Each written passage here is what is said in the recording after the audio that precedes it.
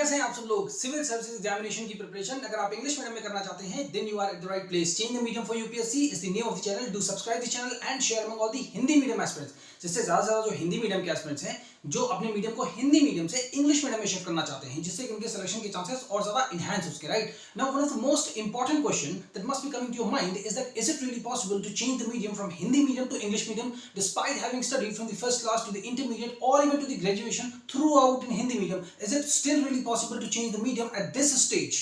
Right, तो आपको अगर इस स्टेज पर भी आपको लगता है आपने फर्स्ट क्लास से लेकर इंटरमीडिएट तक या उसके बाद ग्रेजुएशन भी अगर आपने हिंदी मीडियम से किया है और उसके बाद भी अगर आप सोचते हैं कि यूपीएससी की प्रिपरेशन अगर आप इंग्लिश मीडियम में कर सकें जिससे कि आपके सिलेक्शन के चांसेस और ज्यादा बढ़ सकते हैं। राइट, ये मैं नहीं कह रहा हूं, यूपीएससी का data is being saying. Right, तो अगर आप यूपीएससी की वेबसाइट पे जाकर के देखेंगे so the data is clearly mentioning that the Hindi medium students selection is getting decreased year by year drastically. Right, आपको खुद ही जब हर साल रिजल्ट आता है तो आपको मालूम चलता है कि कितने ज्यादा हिंदी मीडियम के स्टूडेंट्स की संख्या कम होती जा रही है। ठीक, आईएएस में 2 4 1 2 ऐसे करके लोगों का सिलेक्शन हो रहा है। राइट, तो अगर सिर्फ मीडियम चेंज करने से आपके सिलेक्शन के चांसेस और ज्यादा इनहैंस हो सकते हैं तो आपके लिए सबसे अच्छी बात हो सकती है। राइट, उसके बाद आप सोचिए कि अगर आप यूपीएससी की प्रिपरेशन स्टार्ट करते हैं, एट द एंड सपोज करो यू फेल, सपोज करो आपका सिलेक्शन नहीं होता, बट एटलीस्ट जो भी प्रिपरेशन आप अच्छे से करेंगे उसकी पूरी की पूरी नॉलेज अगर इंग्लिश मीडियम में आपके पास है तो at least you would be able to get some job in the market. Right, but same thing अगर आपके पास यही नॉलेज हिंदी में है you will be in a very difficult situation to find a job for yourself. Right, so plan B UPSC का तो होना नहीं चाहिए। कोई कितना भी कोशिश कर ले you can't have that plan B because इतनी प्लानिंग के साथ you can't run. Right, but अगर आपके पास स्टार्टिंग से ही एक सही रास्ता है कि जिसपे आपके सिलेक्शन होने के चांसेस और ज्यादा बढ़ सकते हैं, right, so you should choose that path. Now आपके दिमाग में ये क्वेश्चन होगा, ठीक है, हाउ टू चेंज। अब आप इंग्लिश मीडियम स्टूडेंट की तरह सोचिए। जब एक इंग्लिश मीडियम का student when that particular student goes to school, suppose कोई बच्चा फर्स्ट क्लास में है, ठीक है, और वो इंग्लिश में वो अपना इंग्लिश जो है इंग्लिश मीडियम के स्कूल में जा रहा है, ठीक है, अब क्या होता है when an English medium student goes to school, what happens that whatever he listens to, anything from the teacher, everything in English, right, so all the intake of the communication goes to his or her mind in English, right, so he listens things in English and then he speaks also because the teacher will ask that particular student, okay, tell me, I have taught you this, what is the meaning of this, have you understood this? So that particular student is supposed to answer that particular question asked by the teacher in English only, right? So here the mindset and approach and orientation and environment comes into the fore. That becomes the most important thing and that is where is missing in all the Hindi medium aspects. आप लोग के पढ़ने में कोई कमी नहीं, you all are brilliant student, you can study mathematics, right, you can study science, you can crack IIT, JEE, lot many examination, but when it comes to clearing the UPSC examination, just because of this language barrier, you people have not been able to clear the examination and that is has been, and actually that has been the trend since almost like 7 to 8 years now. Right, so in order to change that particular trend and increase the selection of all the Hindi medium aspirants, right, we need to change the medium from Hindi medium to English medium only for the civil services examination. Right, अब क्या है, जब वो बच्चा वापस घर आता है, when that particular English medium student comes back to the home from the school, what happens that he has to or he or she has to complete all the homeworks that has been given to this particular student in the school in only English. Right, so जब वो English में लिखेगा, so his mind or her mind has to function or has to think into English also, right, then he will start recalling also, right, so आप ये देखिए ये जो process start कहाँ से होता है, लिसनिंग से। सबसे पहले तो टीचर बच्चे को इंग्लिश में बोल के बताते हैं, right, and that is what completely missing. जो यही एक सबसे इंपॉर्टेंट चीज है कि जो हिंदी मीडियम से अगर आप इंग्लिश मीडियम में शिफ्ट करना चाहते हैं, राइट, तो सबसे पहले you should start listening things more and more. Grammar को फॉरगेट अबाउट ग्रामर। आप सोचिए आप फर्स्ट क्लास में कौन सी ग्रामर आपको आएगी, सेकंड क्लास में कौन सी ग्रामर बहुत आएगी, थर्ड क्लास में कौन सी ग्रामर आएगी, राइट, उतना तो आपको ही पता है नाउन होता क्या है, ठीक है। अब जैसे ये लिखा है, ये हमारी क्या है, फ्रेंच रेवोल्यूशन, ठीक है ना, ये फ्रेंच रेवोल्यूशन है और वर्ड हिस्ट्री का ये हमारी बुक है, ये this is the word history book, right, this is the word history book, you can see, right. अब ये वर्ड हिस्ट्री 9th क्लास की बुक है, इसका नाम क्या है, India and the contemporary world part 1, ठीक है, ये इंग्लिश मीडियम की बुक है। अब अगर मान लीजिए आपको मीडियम चेंज करिए, ये देखिए यहाँ पे फ्रेंच रेवोल्यूशन ये फर्स्ट चैप्टर है, right, French revolution first chapter है और इसका ये सेकंड पैराग्राफ है, देखिए यहां से हम इसको पढ़ेंगे एंड सेम ये पैराग्राफ जो है ना यहां पे लिखा हुआ है, राइट, सेम पैराग्राफ। अब यूपीएससी का जो एस्पिरेंट है अगर उसको मीडियम चेंज करना है तो उसको एनसीईआरटी ही पढ़नी चाहिए सबसे पहली बात तो, this is what I recommend, right, and आपका सिलेबस पक्का अच्छे से कंप्लीट भी होगा and you will be able to shift your medium from Hindi medium to English medium. और कुछ वोकैबुलरीज जो इंपॉर्टेंट है जो मैं आपको ऐसे एक्सप्लेन करूंगा कि they will go to your mind in the form of a story, right, तो आप ये रिकॉल करिए। सबसे पहले ये सोच लीजिए कि आपको इंग्लिश में ज्यादा से ज्यादा सुनना है, जितना से ज्यादा आप इंग्लिश में सुन सकते हैं चीजों को, उतना ज्यादा आपके लिए बेटर रहेगा। आप ये बोल जाइए कि मुझे कुछ वर्ड नहीं आती, जब आपके माइंड में कोई स्टोरी होगी, जैसे मैंने आपको बता दिया कि I am going to teach you the French revolution, right? Now you have in your mind this particular thing that the person who is standing right in front of you gonna teaching you everything in English and that to be about to be French revolution, right? So now you are listening, हाँ French revolution, अच्छा French revolution के बारे में कुछ बात होने जा रही है, राइट? सो अब फ्रेंच रेवोल्यूशन जब बात होगी कि finally a group of several hundred people marched towards the eastern part of the city and stormed the fortress prison, okay, the Bastille, where they hoped to find order and mission. Suppose करिए एक line है, ये मैंने आपको पढ़ाई, first time आप पढ़े आपको बहुत लगा इसमें क्या है कठिन, ठीक है? अब जब मैं आपको समझाऊंगा तो आपको देखिए कैसे समझ में चीजें आती है, right? You don't have to worry about anything. अगर आप स्टार्टिंग से ही मीडियम चेंज करेंगे तो आप सपोज करिए कि जो इंग्लिश मीडियम का स्टूडेंट है, ठीक है, उसको अगर 1 साल या 1.5 ईयर लगते हैं प्रिपरेशन में, तो आपको कितना लगेगा? आपको 6 महीने ज्यादा लगेगा, बट आपकी जो पूरी जर्नी है वो कम से कम आप मेन जो मेन इंग्लिश मीडियम के स्टूडेंट है उनसे फाइट तो कर पाओगे आप, है ना? सी सेट है, आरसी, आप इसको आरसी का भी पैसा समझ सकते हैं। तो डेली अगर आप इतनी प्रैक्टिस करोगे और यूपीएससी का ही कंटेंट पढ़ोगे, ठीक है, और वर्ड हिस्ट्री है या मॉडर्न वर्ड हिस्ट्री है, एनसीईआरटी को भी पढ़ोगे, तो आप इस दायरे से तो बाहर जा नहीं रहो, आप बिल्कुल फोकस होकर स्टडी कर रहे हो, राइट? सो डेडिकेट, आप अपने लाइफ के बारे में खुद सोचिए, be very very practical, you have to be extremely practical because it is ultimately your life, your money, your youth, your energy, you are investing everything into this. You are coming from Chhattisgarh, Bihar, Jharkhand, Uttar Pradesh, Rajasthan, these are the Hindi belt state. सबसे ज्यादा UPSC के student come from these particular states, right? And here mostly the medium of instruction is in Hindi medium, right? तो इसलिए अगर आप medium change करते हैं, then the selection of the students from these particular states will definitely go drastically high, right? So अब चलिए start करते हैं कि कैसे मीडियम को चेंज कर सकते हैं। So first of thing, you should start listening things more and more. आप बस ये मत सोचिए कि he is speaking in English तो मुझे सब समझ में, नहीं, आप कुछ कीवर्ड्स को पकड़िए, बस आप समझिए कि अच्छा बोलने का मतलब क्या है, इनका बोलने का मतलब क्या है, वो मतलब आपको समझ में आ रहा है ना, बस that is where your work is getting done. जितना ज्यादा सुनते जाएंगे, एक ही दिन में तो कोई सीख नहीं सकता, nobody can learn the thing in one day.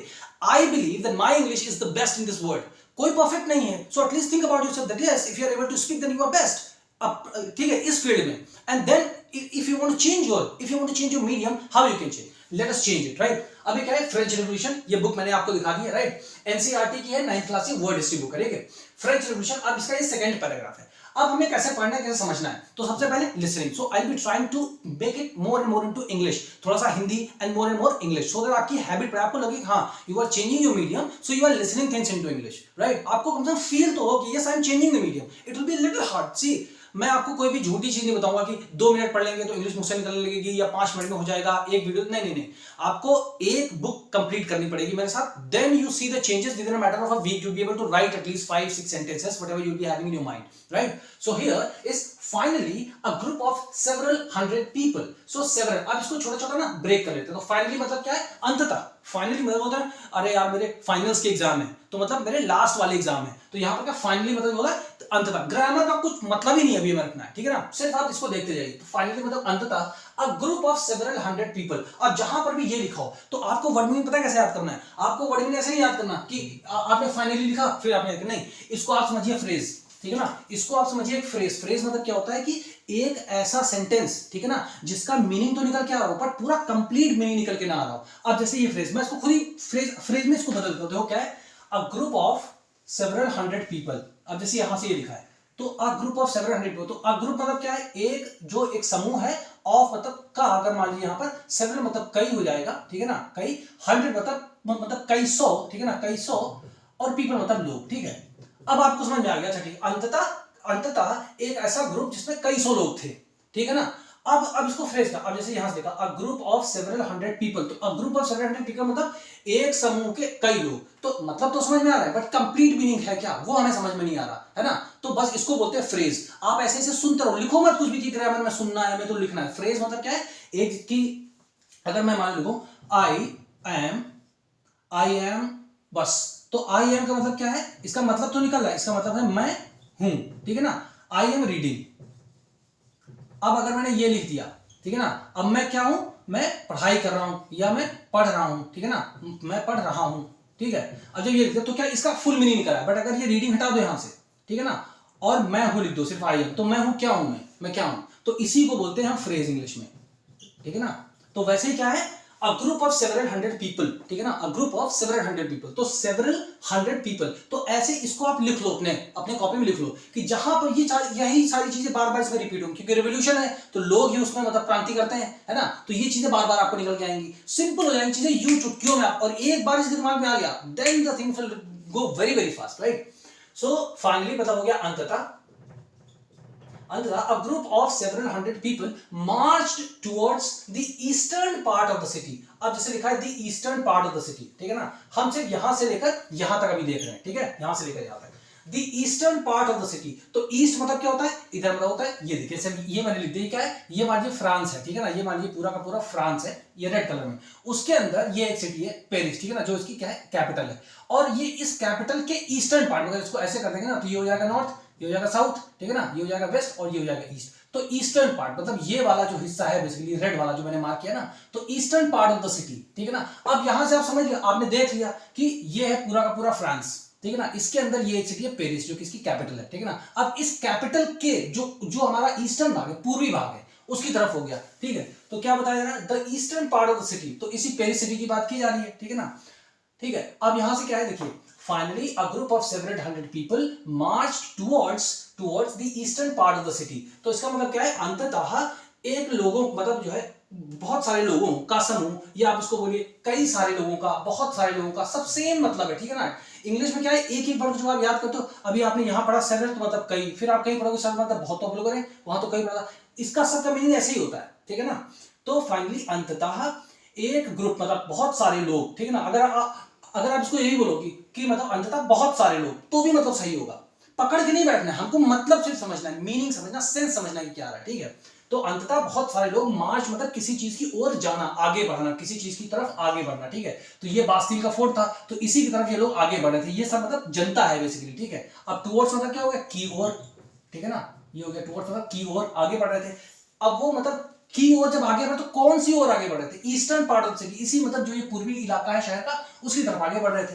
And stormed the fortress prison, तो फोर्ट मतलब क्या होता है, किला, ठीक है ना, फोर्ट्रेस, अब इसको बास्तील को फीमेल मानते थोड़ा सा, तो फोर्ट्रेस हो गया, ठीक है ना, और प्रिजन मतलब जेल, ठीक है। अब स्टॉर्म मतलब क्या होता है, हिला देना, क्या है कि अगर एक जेल के अंदर 500 या 1000 लोग जाकर के अंदर घुस जाएंगे तो अफरा तफरी मचाएगी, तो स्टॉर्म मतलब ये होता है किसी चीज के अंदर जाके अफरा तफरी मचाना। जैसे मान लीजिए कोई ऑफिस है, उसके अंदर घुस गए, सरकारी ऑफिस के अंदर जनता घुस गई, सारी फाइल्स को फेंक दिया, फैन तोड़ दिया, लाइट्स तोड़ दी, टेबल सब कुछ फेंक दिया, कंप्यूटर सब तोड़ दिया, उसको बोलते हैं stormed the office. Stormed the office मतलब पूरे ऑफिस को हिला के रख देना, उथल पुथल मचा देना, ठीक है। अब क्योंकि यहाँ पे हो रही क्या हो रही है, रेवोल्यूशन हो रही, क्रांति हो रही, तो मतलब क्या यही सारी हरकतें होंगी, तो सेंस समझिए कि जब कुछ हो रहा है तो लोगों के द्वारा सब उल्टा सीधा काम किया जाएगा, ठीक है। Storm the fortress prison the Bastille, अब जो फोर्ट्रेस प्रिजन है इसी का नाम क्या है, बास्तील, एक मतलब किले का नाम है, ठीक है। Where they hoped to find hoarded ammunition, where मतलब यहां जाएगा जहां, ठीक है ना, जहां पर, दे मतलब वे लोग, यही जो कई सौ लोग जो गए थे ना, वहीं पर वे लोगों ने होप मतलब आशा की, तो आशा की, अब होप टू मतलब आप याद कर लीजिए कि आशा की, ऐसे करके आशा की, कि आशा की उन्होंने कि अगर हम उस बास्तील किले के अंदर चले जाएंगे तो ऐसी आशा है हमको कि बहुत सारे वहां पे अस्त्र शस्त्र हमको मिल जाएंगे, ठीक है। अब होर्डेड एम्यूनिशन मतलब क्या होता है, होर्डेड मतलब क्या, देखिए यहाँ पे लिखा हो इकट्ठा किए हुए, ठीक है ना, होर्डेड मतलब क्या है, इकट्ठा किए हुए, ठीक है ना। और स्टॉर्म मतलब क्या है, हिला के रख देना, ठीक है ना। फोर्ट्रेस प्रिजन मतलब क्या है, जो हमारी किले की जो जेल है, किले के अंदर जो जेल होती है उसको बोलते हैं, तो वो मतलब कौन सी थी, बास्तील थी, ठीक है ना, तो वो कौन सी थी, बास्तील थी, ठीक है, हिला के रखना। एम्यूनिशन मतलब क्या होता है, अस्त्र और शस्त्र होता है, ठीक है ना। तो अब उनको लगा कि अगर हम इसके अंदर घुस जाएंगे, है ना, if we are able to get into this particular this Bastille, we gonna get so many kind of ammunitions. तो एम्यूनिशन मतलब अस्त्र शस्त्र हो गया, होर्ड मतलब इकट्ठा किए हुए, फाइंड मतलब मिल जाएंगे, फाइंड मतलब माइंड मतलब देखो कहां है, तो ये उनका। अब देखिए आपको एक लगभग आइडिया लग गया कि हाँ ये होता है, इस तरीके से पढ़ना होता है, ठीक है। अब आपने इसको पढ़ लिया, अब इसको एक बार हम हिंदी में लिख लेते हैं, क्योंकि हमें स्टेप बाय स्टेप चेंज करना है, हमें कोई ऐसा मतलब चमत्कारी वाला काम नहीं करना कि हाँ बस 1 सेकंड में पढ़ा और 2 मिनट में आ गया, ऐसा होता नहीं कुछ, ठीक है ना, थोड़ी मेहनत लगती है बट आ जाएगा आपको, ठीक है। अब इसको लिख लेते हैं, finally a group of several hundred people march मतलब की ओर, टुवर्ड्स की ओर, है ना, मार्च आगे बढ़े, the eastern part of the city and storm the fortress prison the Bastille, ठीक है ना, where they hope to find hoarded ammunition। अब ये इतना हमें ये लाइन लिख लेनी, 3 लाइन, अब इसको लिखना है। अब इसको लिखने के बाद क्या करना है, आपको इसी को अपने वर्ड्स में, जो आप वर्ड मीनिंग याद करेंगे ना, जो सेंस आएगा, ब्रोकन इंग्लिश में आपको लिखना है। उसके बाद जो ये व्हाट्सएप नंबर है ना 7080507433, इस पर आपको लिख करके सेंड करना, I will check and I will revert back on you, right. देखिए तो फाइनली मतलब क्या लिख सकते हैं, अंततः, अंततः अ group of several hundred people, ठीक है ना, कई सौ लोगों का, कई सौ लोगों का एक समूह, ठीक है, ठीक है ना, एक समूह शहर के पूर्वी भाग की ओर, शहर के पूर्वी भाग की ओर, पूर्वी भाग की ओर, पूर्वी भाग की ओर, ठीक है ना, ये देखिए, तो eastern part of the city, पूर्वी भाग की ओर, ठीक है ना, आगे बढ़ा, ठीक है ना, आगे बढ़ा, आगे बढ़ा या बढ़ा, ठीक है ना। अब देखिए जब आप लिखेंगे ना, हम एक्सपर्ट नहीं बनना हिंदी के, हमें सिर्फ समझना अच्छा इसका सेंस क्या निकल के आ रहा है, ठीक है। आपको हिंदी मीडियम की बुक नहीं खोलनी, बस इंग्लिश मीडियम की बुक रखनी सामने, ठीक है, कि और आगे बढ़ा, ठीक है। अब आपने यहां तक लिख लिया, जितना समझना है स्टार्टिंग में, आपको नहीं समझना पहली बार में मास्टर बन जाना, बिल्कुल पहली बार में समझना है, ठीक है, ठीक है। अब यहां तक आगे बढ़ा, यहां तक हो गया। अब इसमें ये मत सोचना, कुछ ग्रामर मत सोचना, बस आप हिंदी से इंग्लिश में सोचो, ज्यादा से ज्यादा इंग्लिश में सुनो और बस जो आपसे हो सके वो करते हो, बस देखो आप कैसे इंप्रूव कर जाओगे, ठीक है। And storm the fortress prison, और किले को या किले की जेल को हिला दिया, ठीक है ना। अब ये थोड़ा सा हिला दिया मतलब व्यंग वाली मतलब बातें हैं ना, थोड़ा अलंकार टाइप वाली, हिला के रख दिया, मतलब ऐसे जेल के दरवाजे या मतलब जेल की दीवार को नहीं हिलाएगा, बट ऐसा हिला के रख दिया, ठीक है ना, अस्त व्यस्त कर दिया, को हिला दिया, को हिला के रख दिया, है ना, हिला के रख दिया, यहां तक हो गया, है ना, ठीक है। Storm the fortress prison the Bastille, ठीक है ना। अब इसको बास्टील है तो उसको चाहे मतलब किला बोलो या चाहे बास्टील बोलो, सेम है ना, उसका नाम है बास्टील, ठीक है। Where they hope to find hoarded ammunition, इकट्ठा किए हुए जो अस्त्र शस्त्र थे उसके अंदर, उनको जो है पाने की, उनको जो है पाने की आशा में जो है उसको हिला हुआ के रख दिया, है ना। अब हिला के किस लिए रख दिया उन्होंने, अब आप यहीं से सेंटेंस को जोड़िए, है ना। अब आप इसमें ये भी ले सकते हैं, ऐसा जरूरी नहीं कि बिल्कुल हुआ वही लिखना, क्योंकि हमें ये नहीं सीखना ट्रांसलेशन, हमें सीखना कि हम इंग्लिश में चीजों को लिख कैसे सकें। तो पहले क्या हुआ, अंततः बहुत सारे लोग शहर के पूर्वी हिस्से की तरफ बढ़े, जहां पर किले की जेल को उन्होंने हिला के रख दिया, ठीक है ना। अब वो किसकी आशा में रख दिया, जिससे कि हिला दिया, जिससे कि उनको शस्त्र मिल सके, ये भी इसका मतलब सही है, ठीक है ना, शस्त्र मिल सके, शस्त्र मिल सके, ठीक है। यहां तक आपने लिख लिया। अब इसको क्या करना है आपको, इसको जितना भी आप रिकॉल कर सके, right, you recall things so much, right, कि रिकॉल, अच्छा okay, finally there were so many people, आप इसकी जगह बोल सकते हैं a group of several hundred people की जगह आप यही बोल सकते हो finally there were so many people, finally there are a lot of people, finally there were a lot of people, finally there were so many people, finally there were a lot of people, right, plenty of people, many people, जो भी आपको समझ में आए starting में just start करो आप। इससे क्या है, बहुत सारी बुक्स देखोगे आप समझ में नहीं आएगा, ग्रामर देखोगे समझ में नहीं आएगा, और फिर कभी स्टार्ट नहीं हो पाएगा। बट ऐसे करोगे you are starting right away, फिर उसके बाद जो भी ग्रामर होगी necessary will see to that, right. So आप थिंक करो, finally there are so many people, finally there are so many people went to the eastern part of the city, कि जो है ईस्टर्न, जो मतलब जो शहर है उसकी ईस्टर्न भाग की तरफ आगे गए ना। So finally there are so many people who went to the eastern part of the city, okay. And why they went, why क्यों गए, why they went for, they went to get, they went to for get, जो भी आपके mind में आए, दे went for, वो किसके लिए गए या वो क्या चीज पाने के लिए गए, they went to get the ammunition, they went to get the hoarded ammunition. तो ऐसे करके आप चीजों को अपने माइंड से लिखिए, ये तो मैं आपको बता रहा हूं जस्ट की so that you can have an idea in your mind, yes now this is the story that is in my mind, right. And then in the armed fight that followed, अब जैसे जहां पर भी आपको that followed मिले, अब इन the armed fight, अब जो भी वहां पर युद्ध हुआ, ठीक है ना, सैनिक जो रहेंगे जेल के और जो जनता गई, ठीक है ना, अब जो युद्ध हुआ, अब जो युद्ध हुआ दैट फॉलोड, अब देखिए यहां पर दैट का मतलब क्या लिखा मैंने, जो हुआ, ठीक है। अब ये सब अगर आप अलग से सर्च करोगे ना तो you will not be able to get the clear meaning, और उसके बाद उस दैट फॉलोड को अगर आप कहीं यूज करोगे you will not be able to get the meaning, you will not be able to understand things, right? So it is better that you read and understand here only with the context that you are reading, right? Suppose you are reading the world history, so you will be able to understand these kind of things, right? So जो fight हुई, यहां से मतलब क्या है, in the armed fight that followed, है ना, तो जो युद्ध हुआ, है ना, तो जो झड़प हुई, आप ऐसे लिख सकते हो, जो युद्ध हुआ, जो युद्ध हुआ, बस इतना, ठीक है ना, जो युद्ध हुआ, the commander of the Bastille was killed, अब जो सेना नायक था, है ना, जो कमांडर मतलब सेना नायक था, जो सेना नायक था बास्टील का, वो मारा गया, है ना, जो युद्ध हुआ उसमें सेना नायक मारा गया, उसमें मान लिया ऐसे लिख दिया बास्टील का सेना नायक मारा गया, बास्तील का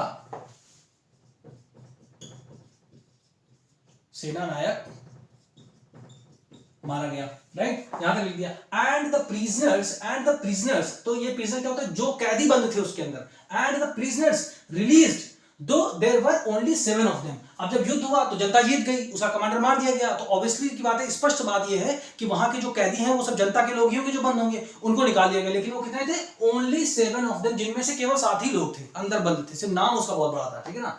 तो उसका जो सेनानायक मारा गया, ठीक है ना। And the prisoners were release, and the prisoners released, ठीक है ना, और कैदी निकाल दिए गए और कैदियों को छुड़ा लिया गया, है ना, और कैदियों को छुड़ा लिया गया,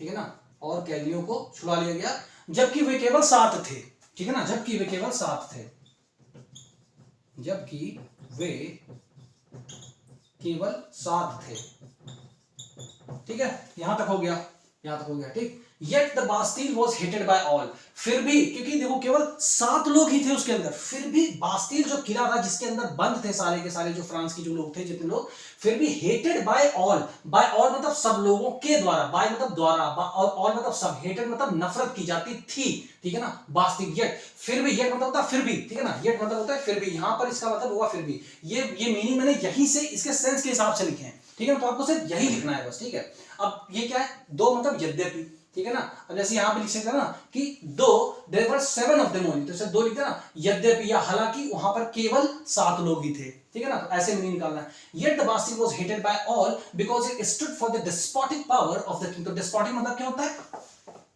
तानाशाही, है ना, तो तानाशाही मतलब, है ना, डिस्पोटिक पावर, कोई वहां लोकतांत्रिक नहीं थी ना। अभी डिस्पोटिक पावर किसकी थी, तानाशाही किसकी थी, राजा की तानाशाही थी, वहां का जो राजा था वो तानाशाह था, है ना। इट स्टूड फॉर, अब इट स्टूड फॉर का मतलब क्या होता है, इसके लिए जाना जाता है, देखिए यहां पर लिखा हुआ है it stood for, it stood for लिखा है ना, इट स्टूड फॉर, इसके लिए जाना जाता था ना। अब यहां से देखते हैं, yet the Bastille was hated by all because it stood for the despotic power of the king। समझ में आ रहा है, एक एक लाइन कैसे क्लियर होती जा रही है, ठीक है ना। इस तरह क्या है, आपको याद भी होगा, प्रैक्टिस भी करेंगे, आंसर राइटिंग भी करनी है आपको, स्पीड में भी लिखना है, so everything will improve, but you have to work hard, every single day you have to work, right? So yet the Bastille was hated by all, I am repeating it so many times so that आपके mind में ये चीजें आए, alright? Yet the Bastille was hated by all, तो अब क्या लिखा है, फिर भी बास्तील को सभी नफरत करते थे, को सभी घृणा करते थे, कुछ भी लिख सकते हो आप, ठीक है ना, सभी घृणा करते थे, क्योंकि वो तानाशाही, क्योंकि वो राजा के तानाशाही के बारे में जाना जाता था, है ना, क्योंकि आप ऐसे लिख सकते हो, क्योंकि वो तानाशाही का एक सिंबल भी था, है ना, क्योंकि वह तानाशाही की निशानी था, क्योंकि वो तानाशाही की निशानी था, ऐसे करके लिख दिया आपने। द फोर्ट्रेस वाज डेमोलिश्ड, डेमोलिश मतलब क्या है, गिरा दिया गया, ठीक है ना, जब लोग गिर गए तो लोगों को गिरा दिया गया ना, तो द फोर्ट्रेस किला जो था उसको गिरा दिया गया ना, किला, अब इसको समझिए, किला गिरा दिया गया, एंड इट्स स्टोन फ्रेगमेंट, जब उसको गिरा दिया गया, डेमोलिश कर, जैसे मान लिया हमारे यहाँ क्या चलता है, बुलडोजर चलता है ना, तो जब बुलडोजर, आप अपने दिमाग रखिए, मलबा रखिए उसका, ठीक है ना, जो सब कुछ गिरा पड़ा है तो उसको क्या बोलते हैं, फ्रेगमेंट्स, फ्रेगमेंट मतलब मलगा, मतलब मलबा, जो बहुत सारी मतलब बिल्डिंग्स, ईंटें, प्लास्टर ये सब होता है ना, उसको बोलते हैं मलबा, ठीक है ना, तो फ्रेगमेंट्स, स्टोन फ्रेगमेंट, क्योंकि उस समय मतलब पत्थर का बना हुआ था, तो उस पत्थर के जो टुकड़े थे, है ना, उस पत्थर किसके, बास्तील के, बास्तील जो गिराया गया किला, उसके पत्थर के जो टुकड़े थे ना, वर सोल्ड, बेचे गए थे, ठीक है ना, इन द मार्केट में बेच दिया गया था, मतलब जब किले को गिरा दिया गया, ढहा दिया गया, तो उसके बाद जो उसके पत्थर के टुकड़े थे ना, उसको मार्केट में बेच दिया गया। क्यों बेचा गया, to all those who wished to, मतलब जिन्होंने इच्छा जताई, to keep a souvenir of its destruction, कि अब मतलब डिस्ट्रक्शन मतलब क्या होता है, पूरी उसकी मतलब तबाही कर दी गई, ठीक है ना, इसका मतलब होता है तबाही, डिस्ट्रक्शन मतलब तबाही। तो जो तबाही की गई बास्तील के किले की, जो कि राजा की तानाशाही का एक सिंबल हुआ करता था, ठीक है ना, एक बिल्कुल वो अगर हिंदी बोले तो क्या हुआ करता था, प्रतीक हुआ करता था, वो जो प्रतीक था, ठीक है ना, राजा की तानाशाही का, उसको गिरा दिया गया, तो उसके टुकड़ों को मार्केट में बेचा गया, और मार्केट में इसलिए बेचा गया उन लोगों के लिए जो लोग इच्छुक थे, है ना, हु विश्ड मतलब इच्छुक थे, जो लोग इच्छुक थे, किस चीज के लिए इच्छुक थे, कि जो डिस्ट्रक्शन हुआ मलबा जो है उसको रख लेंगे, तो ये एक निशानी के तौर पे याद किया जाएगा कि हाँ एक बास्तील हुआ करता था जिसको जनता ने गिरा दिया था, राइट। तो अब ये आप पूरी कहानी समझ गए, राइट। नाउ वंस यू, अब मैं इंग्लिश में थोड़ा बोलूंगा, अब आप अब आप मेरी इंग्लिश को समझने की कोशिश करो, अब आपको समझ में आएगी कोशिश। देखो now what I have explain, अभी तक मैंने जितना आपको एक्सप्लेन किया इसी के बारे में इंग्लिश में बोलूंगा। अब आप देखो आपको मेरी इंग्लिश कैसे समझ में आएगी, पूरी पूरी समझ में आएगी। आपको बस क्या है, खाली एक स्टोरी आपके माइंड में होनी चाहिए। अब आपके माइंड में ये स्टोरी है ना, see now I am explaining everything in English, okay. जितनी फास्ट हो सके उतनी फास्ट बोलूंगा, you would be able to understand, guaranteed है, ठीक है ना, because you have this story in your mind right now, ठीक। So suppose I started from where, I started from the French revolution, okay. And in the French revolution what we have studied right now is that finally there were like so many people, there were so many people who marched or who went towards the eastern part of the city, that is the France is the country name, and the capital that was the Paris, okay. In that Paris there was the eastern part of the city, and they went there. Why they went there, for what they went there, for what they went there, they went there actually to find some of the hoarded ammunitions, right, so that they can fight. And that particular place was known as the Bastille, right. And in the armed fight, and there was some kind of actually fight happened with the people who were there inside the prison and the people who went from the outside, and then kind of some kind of people were started fighting. And when the fight started happening, then the commander of that Bastille fort was killed, okay. That means the people of the France were succeeded, okay, what succeeded to kill the commander of the Bastille fort, okay. And then whatever the prison, and I means whatever the number of the prisoners that were there in the prison, all of them got released, okay, all of them got released, but there were only 7 of them, okay. But still it was hated by all, that Bastille fort, it was hated by all. Why? Because it was known for the despotic power of the king, right. So when it was known as the despotic power of the king, so that is why it was hated by all the people in the France, right. Because there was no democracy, people were not being able to listen by the king, so king was just starting putting whatever comes to his mind, right. So there was no rule, there was no regulations, there was no constitution, nothing of sort of things, right. So that is why actually that king was despotic king, right. So now what happened that, and the next thing, when it was demolished, then the stone fragments of that Bastille fort was sold in the market for the people who wish to keep them in the form of a souvenir, right, so that they could show to the people in the coming generation that, okay, see, there used to be a Bastille fort which was known for the despotic power of the king, right. It was a symbol of the despotism, right. And we were successfully united, and then we started revolution, and then the French revolution, all these kind of things happened, right. 14th July 1789, and then these kind of things happened, and we successfully had happened these kind of things, right. So ऐसे करके आप जब बोलेंगे, अब आप ये सोचना, इसको बार बार सुनना, अब आप इसको समझ लो। नाउ सबसे इंपॉर्टेंट चीज होती है ना कि आपके दिमाग में कुछ नहीं होता, इसीलिए आप समझ नहीं पाते और बोल नहीं पाते। तो आप यहां से जो भी ब्रोकन करिए, ये जो नंबर दिया है इस पर आप अपनी स्पीकिंग वॉइस नोट्स को भी you start sending, right. This is the way you can definitely change your meaning, and I will be helping you out. Thank you so much for watching this video. Share among all the Hindi medium students, alright. See you in the next vlog.